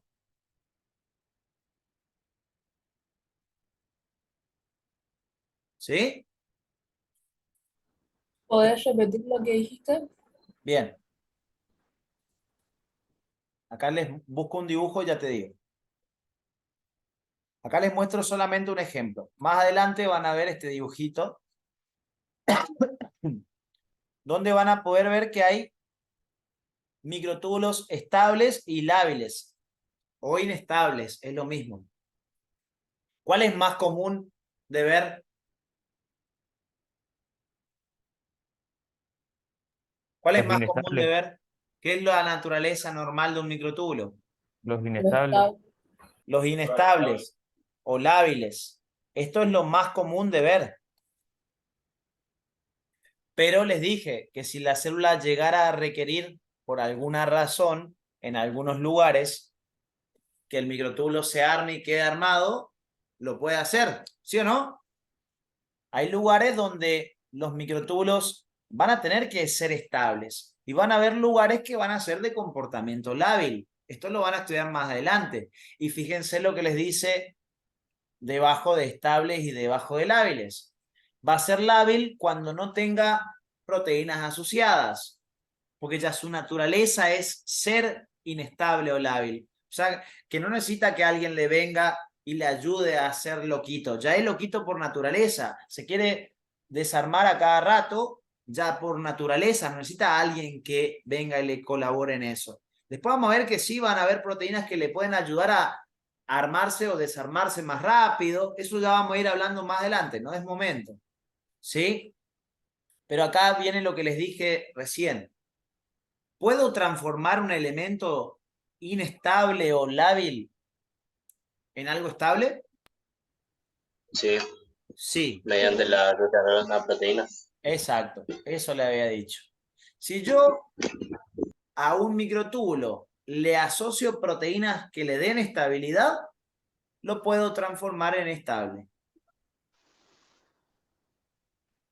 ¿Me van siguiendo? Sí. Bien. Y acá ya le estoy macheteando un poquitito otras cosas que estarían buenas si ya las van memorizando. Lugares donde los microtúbulos son lábiles van a ser lugares como el centrosoma o centrocelular, que lo van a conocer más adelante. Y el uso mitótico. ¿Ya lo conocieron al uso mitótico? Los microtúbulos de Laster, polares y cinetocóricos que participan durante la división son microtúbulos que aparecen por un momento en particular durante el proceso de la división. Pero terminada la división, el uso mitótico se va a desarmar. O sea que es estable o lábil. Lábil. Lábil. ¿Sí? Estos ya vieron ejemplos de microtúbulos lábiles. Más adelante van a ver lugares como los cilios, flagelos y centriolos. Por ahora no tienen ni la más pálida idea de en qué consiste todo eso. Ya vamos a meternos en esa parte donde vamos a ver que en esos lugares que estamos nombrando ahí es importante que los microtúbulos tengan estabilidad. Y vamos a tener que conocer qué proteínas se les van a tener que asociar para lograr esa estabilidad. ¿Todos siguiéndome? Sí. Sí. ¿Alguien quiere preguntar algo? Sí, Cris, te Sí. consulto porque no había escuchado bien. Lo de los monómeros, dímeros y tetrámeros.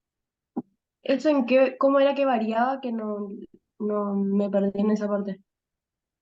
No, eso no les expliqué por el momento, ¿sí? Lo que les decía es que Pero habías dicho algo.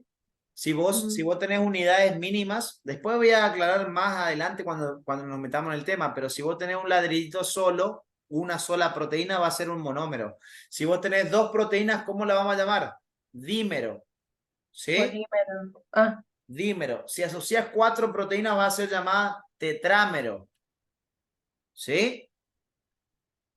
Pero ¿y vos, y a qué hacía referencia? si vos asociás un montón de monómeros, un montón de dímeros o un montón de tetrámeros, ¿qué formás? Un polímero. Ujú. ¿Se entiende lo que quiero decir? O sea, depende de la cantidad de proteínas a las que se une, digamos, ¿o no? A ver, no los quiero complicar porque los voy a complicar si me meto mucho. ¿Esto quedó más o menos en claro lo de los lugares estables y lábiles, más o menos como para tener una noción? Sí. Bien, después lo vamos a conocer con más detalle, pero a ver, no los quiero marear, ¿sí? Pero miren esto.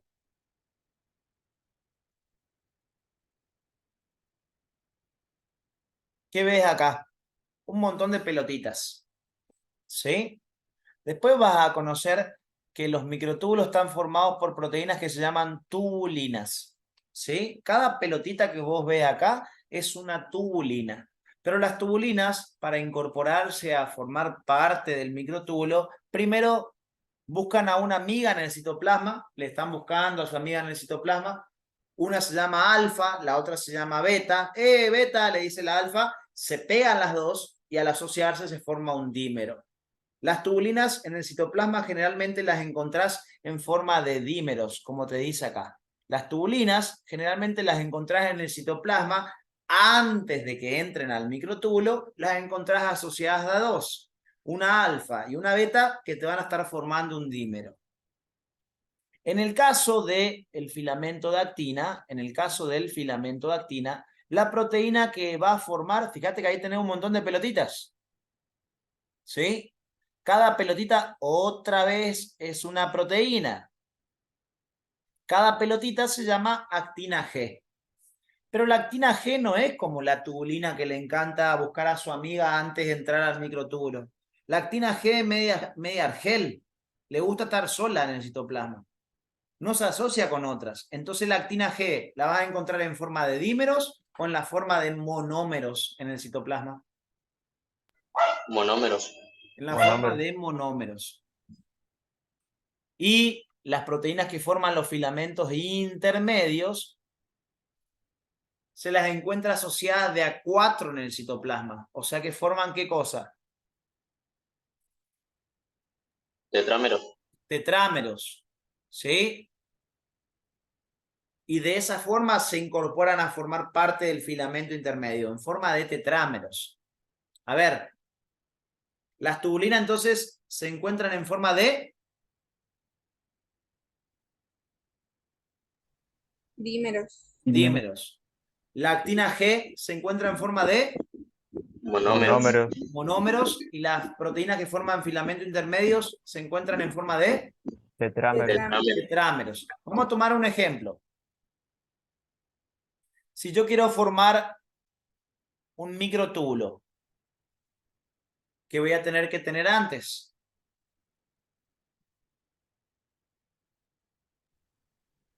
Dos tubulinas, alfa y beta. Tubulinas alfa y beta asociadas formando dímeros, ¿sí o no? Sí.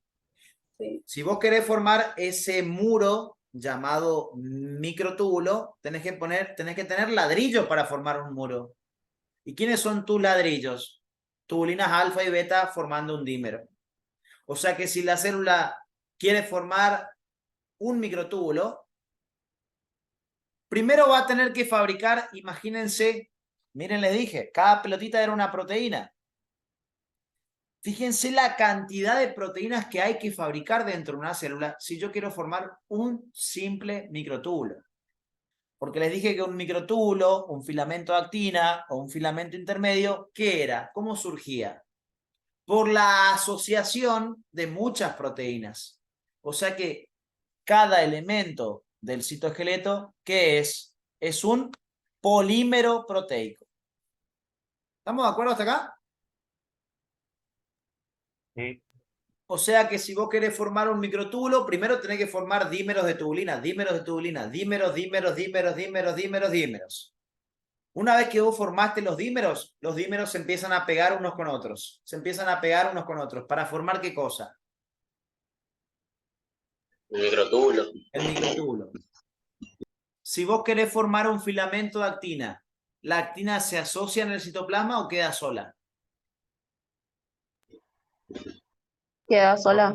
Queda sola en forma de Actina G. Monómero. actina G, que es actina monomérica, es un monómero. Entonces, cuando vos empezás a pegar monómero, monómero, monómero de actina, monómero, monómero, monómero, se forma un filamento de actina. ¿Y las proteínas que forman el filamento intermedio, de a cuántas se asocian? De a 4. De a 4. Así las encontrás en el citoplasma, todas agrupaditas en forma de 4, formando tetrámeros. Y cuando un tetrámero se une con otro, con otro, con otro, con otro, con otro, un montón de tetrámeros, ¿qué te forma? El filamento intermedio. Exactamente. ¿Se entiende a lo que voy? Los conceptos son estos, los que me interesan a mí. Ya van a ver con detalle lo de los dímeros, cuándo en monómeros, cuándo en tetrámeros. Eso en este momento es secundario. Lo que a mí me estaría interesando que ustedes tengan de concepto es que para poder formar un microtúbulo, para poder formar un filamento de actina o para poder formar un filamento intermedio, vos necesitas la asociación de múltiples proteínas. O sea que cada elemento del citoesqueleto es un, ¿qué es proteico? Polímero proteico. Eso es lo que me interesa en este momento. ¿Me están siguiendo? Sí. Bien, Sí. bien, bien, bien. Se contestó la pregunta, no del todo todavía, pero ya vamos a llegar a entender un poquito más profundo todo esto, ¿sí? Por este momento no los quiero marear tanto todavía. Ya van a tener tiempo de que le duele la cabeza. ¿Sí? ¿Vamos hasta acá?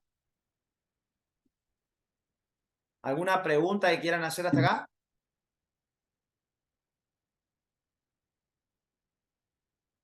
¿Nada? Bueno. La cuestión es esta. Los microtúbulos y los filamentos de actina son de naturaleza generalmente, ¿qué dijimos?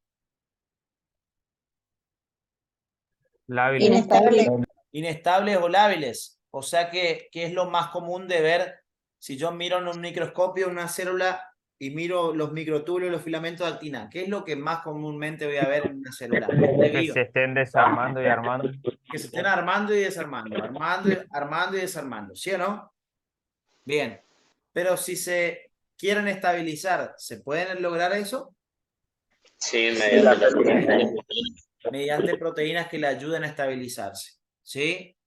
Es como que tenés uno que está muy alterado y le encaja un clonazepam y lo deja pancho ahí que se relaje, ¿sí?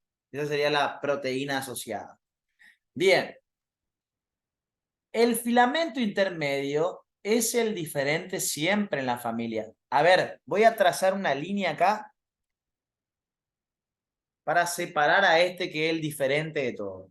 Siempre ustedes van a tener que estudiar más todo lo que tenga que ver con microtúbulo y filamento de actina. Es lo que más se desarrolla del citoesqueleto en la facultad. Del filamento intermedio hablan muy poquito en la facultad. Gracias a Dios, porque es el más complicado de los tres componentes. A pesar de ser de naturaleza estable, a la hora de estudiarlo realmente a este elemento del citoesqueleto, es el más complicado de todos. Por suerte, nos comentan muy poquito en la facultad, ¿sí? Pero miren esto, si bien estos dos son de naturaleza inestable, se pueden llegar a estabilizar si se le agregan proteínas. En el filamento intermedio, ya estamos hablando de un componente que generalmente su naturaleza es estable. O sea que se caracteriza por armarse y desarmarse, armarse y desarmarse, armarse y desarmarse constantemente, o se caracteriza porque una vez que se armó, queda armado. Lo segundo que dijiste, se caracteriza por que armó y queda Una armado. vez que se armó, queda armado. ¿Y saben cuál es la diferencia fundamental acá en esto? Que como ya es su naturaleza ser estable, no le voy a tener que agregar proteínas extra para estabilizarlo. Ya su naturaleza es ser estable. ¿Me van siguiendo? O sea que directamente hay que poner que no se asocia. No necesita la presencia de proteínas para estabilizarse. ¿Está? ¿Se va a asociar con proteínas? Sí, pero van a tener otras tareas las proteínas. No te quiero decir que no se asocia con proteínas. Te voy a decir, no necesita la asociación de proteínas para estabilizarse. Porque ya es estable. ¿Me van siguiendo? Pero todos los comportamientos están controlados por la célula. O sea que si la célula quiere llegar a desarmar filamentos intermedios, ¿lo puede llegar a hacer? Sí. Sí. Pero ¿cómo se hace para desarmar algo que es de naturaleza estable? En el caso de los filamentos intermedios, una buena forma de desarmar algo que es de naturaleza estable como ellos es mediante un proceso que se conoce como fosforilación. ¿Qué le decía de las láminas? Que se podían desarmar, ¿por qué? Por fosforilación. La fosforilación, ¿sí?, hace que un filamento intermedio se pueda desarmar en caso de ser necesario. ¿Vos ves que un núcleo normalmente se lo imaginan que va a estar armándose, desarmándose a cada rato? No. La única forma que un núcleo se desarme y desaparezca transitoriamente es durante el proceso de división. O durante una situación de muerte celular, como pasa con las células de la piel. ¿Sí? En esos casos se pierde el núcleo de una célula. O por muerte celular, no siempre que se pierda un núcleo indica que la célula se murió. Puede haber una pérdida transitoria del núcleo en la división celular, ¿o no? Fíjense importante que es todo lo que estoy diciendo, ¿eh? No hay desperdicio en todo lo que estoy diciendo, ¿eh? Así que tienen que aprender a estudiarlo. Bien. Se tiraba flores del solo. No, pero posta, esto es todo importante, ¿eh? Todo importante. Hay cosas que por ahí yo les puedo comentar y decirle, bueno, esto para ustedes nomás, no hace falta que lo estudien, pero esto que estoy diciendo ahora es todo importante, ¿sí? Y es importante que lo sepan estudiar y que lo estudien a conciencia, ¿sí? Bien. Les voy a empezar a comentar acerca de lo que les quiero comentar hace un buen rato, pero que bueno, hay que comentar otras cositas antes, ¿sí? Entre las diferencias de los microtúbulos, filamentos de actina y filamento intermedio, ya conocemos lo de el comportamiento inestable de dos de ellos y el hermanito que es el tranquilo, el estable, ¿sí? Ya sabemos que las proteínas del microtúbulo se llaman tubulinas, que son alfa y beta las que se van a asociar. Después más adelante van a conocer también una gamma tubulina, por ahora no, ¿sí? Tubulinas alfa y beta se asocian para formar dímeros y de esa forma se los va a encontrar en el citoplasma, en forma de dímeros, ¿sí? El filamento de actina es también inestable, está formado por una proteína llamada actina G, que generalmente en el citoplasma se la encuentra en forma de monómeros, ¿sí? Bien. Y el filamento intermedio, ¿sí? Voy como tachando lo que ya les fui comentando, ¿sí? En el caso del filamento intermedio, es un componente estable del citoesqueleto formado por una gran familia de proteínas. No hay una sola proteína formando un filamento intermedio. Acá las proteínas del microtúbulo se llaman tubulinas. Acá las proteínas que forman el filamento de actina se llaman actina G o actina globular también es llamada. En el filamento intermedio van a haber múltiples proteínas para formarlo, ¿sí? No hay un solo tipo de proteína para formarte un filamento intermedio. Eso los vuelve más complicados todavía, por eso le digo, cuando la facultad casi no habla de esto, nos está haciendo un favor porque esto realmente es complicado. Las proteínas que lo forman se asocian en el citoplasma formando tetrámeros. Eso es lo que venimos comentando hasta el momento, ¿sí? Y hay otro punto importante a tener en cuenta acá, ¿sí? Y es el siguiente. Para yo poder armar o desarmar un microtúbulo, voy a necesitar de energía. ¿Qué energía se asocia con las tubulinas del microtúbulo? Porque esto va a estar asociado con las tubulinas, ¿sí? Las tubulinas van a tener una molécula energética asociada, ¿sí? Dentro de los ladrillos, que son las tubulinas, ya hay una molécula energética, ¿sí? Que es el GTP. Las tubulinas están asociadas con GTP, guanosina trifosfato o guanosin trifosfato, ¿sí? Ya sabemos que el GTP es una forma de energía inmediata que si yo quiero utilizar la energía que contiene, como un huevo, si yo quiero comer el contenido del huevo, tengo que romperlo, ¿sí? A este GTP lo voy a tener que romper y generalmente esa ruptura se produce en presencia de agua. O sea que hay que producir lo que se conoce como una hidrólisis de GTP, ¿sí? Al romperse el GTP, se va a liberar la energía que contiene. Y esa energía liberada va a ser utilizada para realizar alguna tarea celular. ¿Todos siguiéndome hasta acá? Ya habíamos hablado un poco de esto. Sí, Cris. Bien. En el caso de la actina, también va a requerir para armarse y desarmarse la presencia de una molécula energética. ¿Qué es quién?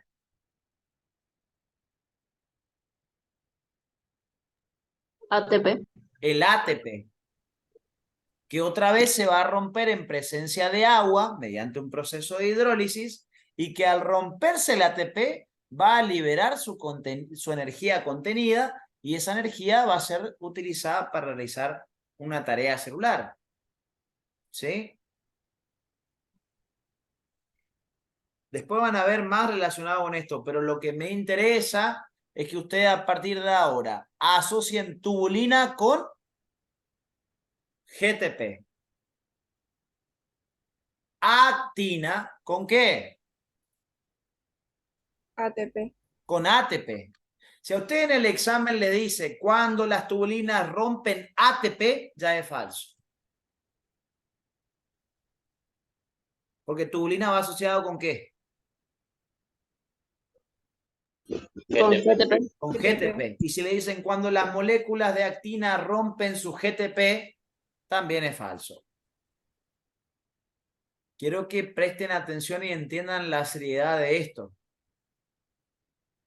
GTP, ATP. Una letra cambiada. Una letra que si no te diste cuenta puede hacer que tu oración sea verdadera o sea falsa. Una letra, ¿eh? Así que lean bien los exámenes. La profesora de biología es muy buena para poner trampas en las oraciones. Entonces, si yo leo rápido, puedo caer en estos pequeños errores e interpretar como algo verdadero. Vos podés leer completamente la oración y vos decís, esto es verdadero, pero en realidad te puede estar cambiando una letra, reemplazando ATP por GTP, por ejemplo, ¿sí? Y hace que toda tu oración sea completamente falsa. ¿Todos siguiéndome hasta acá? Sí. Bien. Ya voy a ir cerrando, ¿sí? Ya voy a ir cerrando. No se preocupen. Pero quiero que vean algo. A partir de ahora, entonces, las tubulinas siempre van a estar asociadas con una molécula energética llamada GTP. Las actinas globulares o actina G van a estar asociados con una molécula energética que va a ser llamada ATP. No confundirse molécula energética con elemento incorrecto del citoesqueleto. ¿Sí? Ojo con ese detalle. Disculpa, Cristian, no te escuché, ¿puedes repetir? No, nada, mentira. Moléculas energéticas, Ciro. Moléculas energéticas asociadas. ¿Sí? Moléculas energéticas asociadas.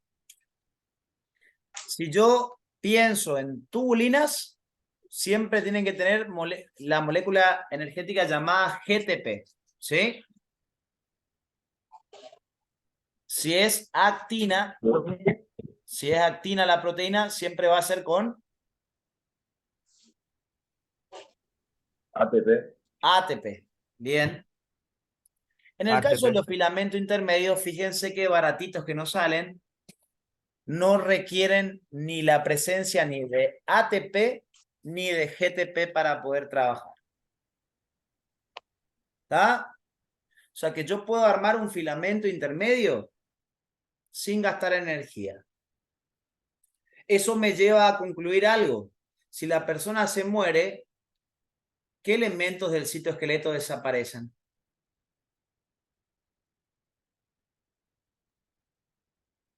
Los microtúbulos y ¿Cómo? los filamentos activos. Y los filamentos activos. Microtúbulos y filamentos de actina van a desaparecer en un tejido muerto. Pero los filamentos intermedios, ¿no? Yo les dije, vos le sacás a un muerto de su cajón después de unos cuantos meses y probablemente tenga uñas, probablemente tenga pelos, ¿sí? Hasta incluso las últimas capas de piel puede llegar a conservar si no se lo comieron los gusanos, ¿sí? Y eso se debe a que son todos tejidos formados por abundante cantidad de filamentos intermedios que justamente, como no se necesitan de moléculas energéticas para poder armarlo o desarmarlo, permanecen a pesar de que el tejido ya está muerto. ¿Se entiende? ¿Tiene lógica o no? Los cuernos también, así que ojo con eso. Van a tener que andar limándose la cabeza, si no. Bueno. Esto un poquitito de algunas cosas generales acerca de los 3 elementos del citoesqueleto, ¿sí? ¿Hay más diferencias? Sí, van a haber un montón de diferencias. Acuérdense de empezar a ver las funciones de cada uno de ellos que les mostré en el cuadro de funciones del citoesqueleto. Empiecen a memorizarlo, por favor, a eso. Ya en cualquier momento vamos a meternos a hablar de esas funciones de los 3 elementos del citoesqueleto, ¿sí? Así que, por favor, empiecen a ver esos cuadros que les fui diciendo que memoricen. Y ahora solamente les comento lo siguiente, ¿sí? Y con esto cierro. Con esto se la dejo picando y me voy, van a tener que esperar hasta la siguiente clase para que se los explique. Durante el proceso de división, van a trabajar un conjunto de complejos enzimáticos, ¿sí? Ya van a entender un poquito más a qué hacemos referencia con una enzima, ¿sí? Pero durante el ciclo celular y la división, van a trabajar un conjunto de, en realidad son proteínas, ¿sí? Yo les dije que los elementos de la célula con mayor cantidad de funciones son las proteínas, ¿sí? Van a haber proteínas que van a servir para transportar cosas, van a haber proteínas que van a ser simplemente un elemento estructural de la célula, van a haber proteínas que van a tener función defensiva, que son como armas que se utilizan cuando nuestro cuerpo se ve invadido por un agente extraño o cuando tenemos alguna alergia, ¿sí? Van a haber proteínas con función defensiva que se llaman inmunoglobulinas o también llamadas anticuerpos muchas veces, ¿sí? Van a haber proteínas con función enzimática, van a haber proteínas de función de resistencia como el colágeno en los tejidos, ¿sí? La principal proteína del cuerpo y la más abundante del reino animal, el colágeno, ¿sí? Así ya van a ir viendo acerca de todas las funciones que pueden cumplir las proteínas, ¿sí? Durante el ciclo van a participar un conjunto de proteínas que van a ser importantes, ¿saben para qué? Para que todas las cosas que ustedes aprendieron de la división, todas las características de la profase, prometafase, metafase, anafase y telofase, todas las cosas que fueron pasando, que ustedes fueron anotando, que son características de cada etapa, ¿sí? Se deben a la acción de un conjunto de complejos enzimáticos, ¿sí? La cuestión es esta. En las distintas etapas del ciclo celular, tanto en la interfase como en la fase M, ¿sí? En G1, en S, en G2 y en la propia fase M, van a trabajar un conjunto de enzimas que van a ser las enzimas llamadas enzimas CDK, ¿sí? Enzimas CDK. ¿Qué significa el nombre, esta sigla CDK? Está al revés, está en inglés, ¿sí? Es quinasa dependiente de ciclina, ¿sí? Eso significa CDK. Quinasa dependiente de ciclina, ¿sí? ¿Qué me dice el nombre quinasa dependiente de ciclina? ¿Que de quién depende? De ciclina. De ciclina. ¿Y quién es ciclina? Es otra proteína que la ven acá. La CDK es la que tiene forma de Pac-Man y la ciclina es la que está encajando como en la boca de ese Pac-Man, ¿sí? ¿Por qué es importante esto? Porque la CDK con función quinasa, ¿sí? La CDK con función quinasa, que ya van a entender para qué sirve una función quinasa. Una CDK es como que estuviera durmiendo, ¿sí? Imagínense la proteína como dormida, no está cumpliendo su tarea. Si ustedes tienen que hacer una tarea y están dormidos, no están cumpliéndola, ¿sí? Entonces, la CDK está como en un estado inactiva cuando está dormida, ¿sí? Dentro de la célula, pero si se le une la ciclina, eso la despierta y la activa, ¿sí? O sea que para que una CDK pueda trabajar cumpliendo su función quinasa, se tiene que unir otra proteína a ella, que se llama ciclina, ¿sí? Y cuando esa ciclina se le una a la CDK, va a producir una activación de la enzima. Y esa enzima, una vez activa, empieza a cumplir con un montón de tareas de fosforilación. ¿Por qué les digo tareas de fosforilación? Miren acá, el fósforo es un elemento químico que se representa con la letra P en química, ¿sí? Van a haber un montón de procesos en los cuales se le va a agregar un fósforo a alguien, ¿sí? Se le va a agregar un fósforo a alguien, un ácido fosfórico en realidad, no es un fósforo, es un ácido fosfórico que se le agrega a algún elemento en la célula, ¿sí? Cuando esto pasa, cuando a algún elemento se le agrega un ácido fosfórico para hacer que cambie algo, para que ocurra algo, se va a decir que ese elemento sufrió fosforilación, ¿sí? Si se le agrega un ácido fosfórico a algo, se dice que sufre fosforilación, ¿sí? Esa fosforilación puede ser transitoria muchas veces. Después de un tiempo, se le quita ese ácido fosfórico y en ese caso vamos a decir que la estructura se desfosforiló. ¿Vamos hasta acá? Bueno, cierro con esto. Van a haber enzimas dentro de la célula que se van a encargar de, yo soy la enzima y te agrego un fósforo, te agrego un ácido fosfórico, te estoy fosforilando. Y van a haber otras enzimas que ya teniendo el ácido fosfórico, van a venir la enzima y le va a quitar el ácido fosfórico. O sea que van a producir ¿qué cosa? Desfosforilación. Desfosforilación. Esto es lo último que les comento por hoy. Las enzimas que se encargan de la fosforilación se llaman quinasas, por eso el nombre de quinasa dependiente de ciclina. Es una quinasa, o sea que si es una quinasa, ¿qué hace? Fosforilación. Fosforila, hace fosforilación, ¿sí?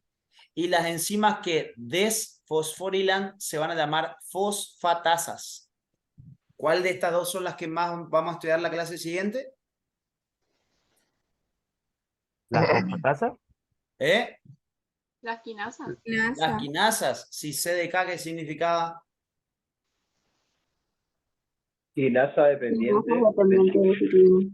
Quinasa dependiente de ciclina. Entonces, a partir de este concepto básico de los procesos de fosforilación y desfosforilación, la clase que viene les voy a comentar cómo influyen en las distintas etapas estos complejos CDK-ciclina y vamos a ver cómo un complejo importante que se activa al final de G2, llamado CDKM, va a intervenir directamente en todos los procesos ocurridos durante la división celular, como por ejemplo el desarmado de la envoltura, la inactivación del anillo contráctil por un momento transitorio hasta que se complete la cariocinesis.